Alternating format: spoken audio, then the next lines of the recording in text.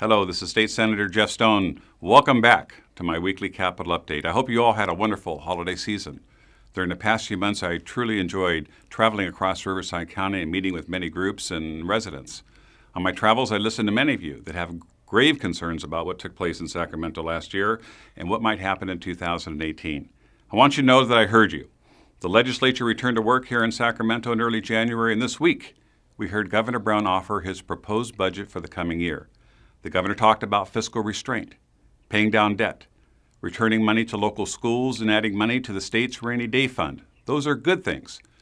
But as has been the case for too often, the initial budget is only the floor. And I'm sure that Democrat leadership in Sacramento will now begin spending a lot of money, and we know that that spending spree is coming. Among the many things on their agenda yet to be expected is going to be an assault on Prop 13, and yet another attempt to increase the tax burden on hardworking Californians.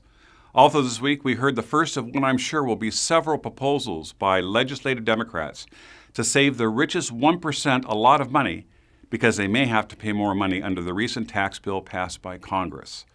The bill proposed this week would let the wealthiest taxpayers, movie stars in Hollywood, high-tech billionaires in Silicon Valley, and corporate executives in multi-million-dollar homes overlooking the Pacific Ocean to make a donation to the state of California that they would then be able to deduct from their federal tax bill.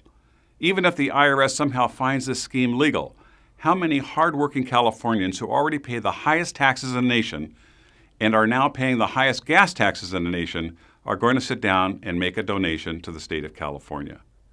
The recently passed federal tax plan showed others what we already know. California is among the most highly taxed states in the country. And there's a simple solution to this. It's time for California, with its record revenues, to start lowering taxes. The Democrats who control California should consider major tax, regulatory, and spending reform. We need middle-class tax relief, and we need to make sure the super-rich liberal elites who own mansions here but don't claim residency here and don't pay state taxes here should start paying their fair share right here in California.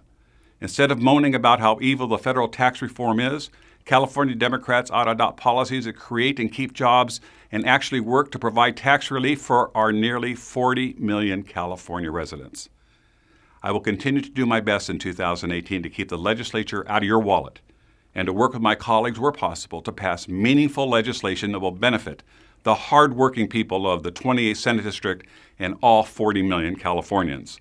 As always, it's an honor to represent you here in the state capitol.